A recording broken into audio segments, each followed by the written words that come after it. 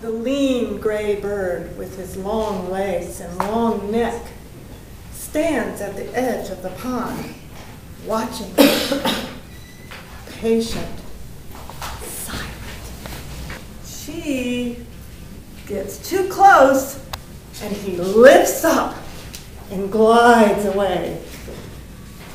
She pauses for a moment to enjoy the awe and elegance of the great blue heron.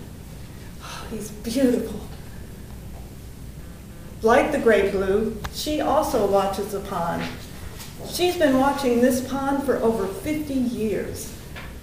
Remembering back when she and her husband first moved there, the pond was pristine and surrounded only by forest. But over the years, the neighborhood developed and the water has become dirty and the pond is now filling with muck. Sometimes on her morning walks, the heron is not there. And she wonders, where is he? Could he be exploring other ponds? Like the great blue heron, she lives alone. After the death of her husband, friends were very concerned that caring for the house, the land, and the pond would be too much for her. Lately, when she watches the pond from her kitchen window, even she thinks to herself, how long should I stay? Is it time for me to explore another pond? This thought was on her mind as she drives down the lane which winds along by the pond on her way to town. Well, she's a little annoyed at having to stop and deal with the gate there at the end of the lane, but getting out of the car, her attention is quickly drawn to a loud, distressing quack, quack. And there in the pond is the great blue heron, laboring, struggling, his wings spread out upon the water. She looks and sees, this time when she walks closely towards him, he doesn't fly away. His legs are caught in a tangle of vines.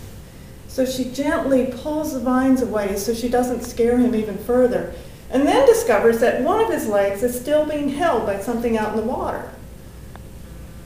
She wants to wade into the pond to help him, but the water is murky and she can't see. She can't see what's out there. Then as she looks closer, finally she realizes a giant turtle has caught the heron's leg in its mouth, one of those big old snapping turtles. So she runs over to the culvert and grabs a rake that she has stored there, and with all her strength she whacks that turtle on the back of the head, and he releases the heron, and the heron is freed. The poor heron, though, limps out of the water and stands on the edge of the pond with his leg cradled up next to his body. They're both standing there, trembling, their hearts racing. She recovers and thinks, well, will he be able to fly? But probably the best thing is to just leave him alone and proceed on with her errands in town. So, of course, when she gets to town, at the feed store, she shares this story with her friend, the cashier. And the cashier reminds her, there's a wildlife rescue sanctuary not too far from here. So driving back, she thinks to herself about the heron living there at the rescue sanctuary. He'd be well taken care of. And, well, he'd probably have access to a smaller pond. He may run into some old friends and even make some new bird friends. When she arrives back at the gate, the heron is motionless, still cradling that injured foot next to his body. She opens the door and slowly gets out and walks towards him. But it's too close. He looks at her and nods and lifts up and glides away.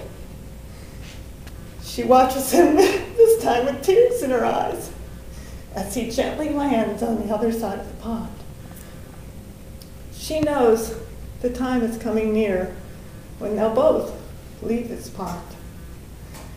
But you know what? She's not quite ready. She's just not ready yet. Thank you.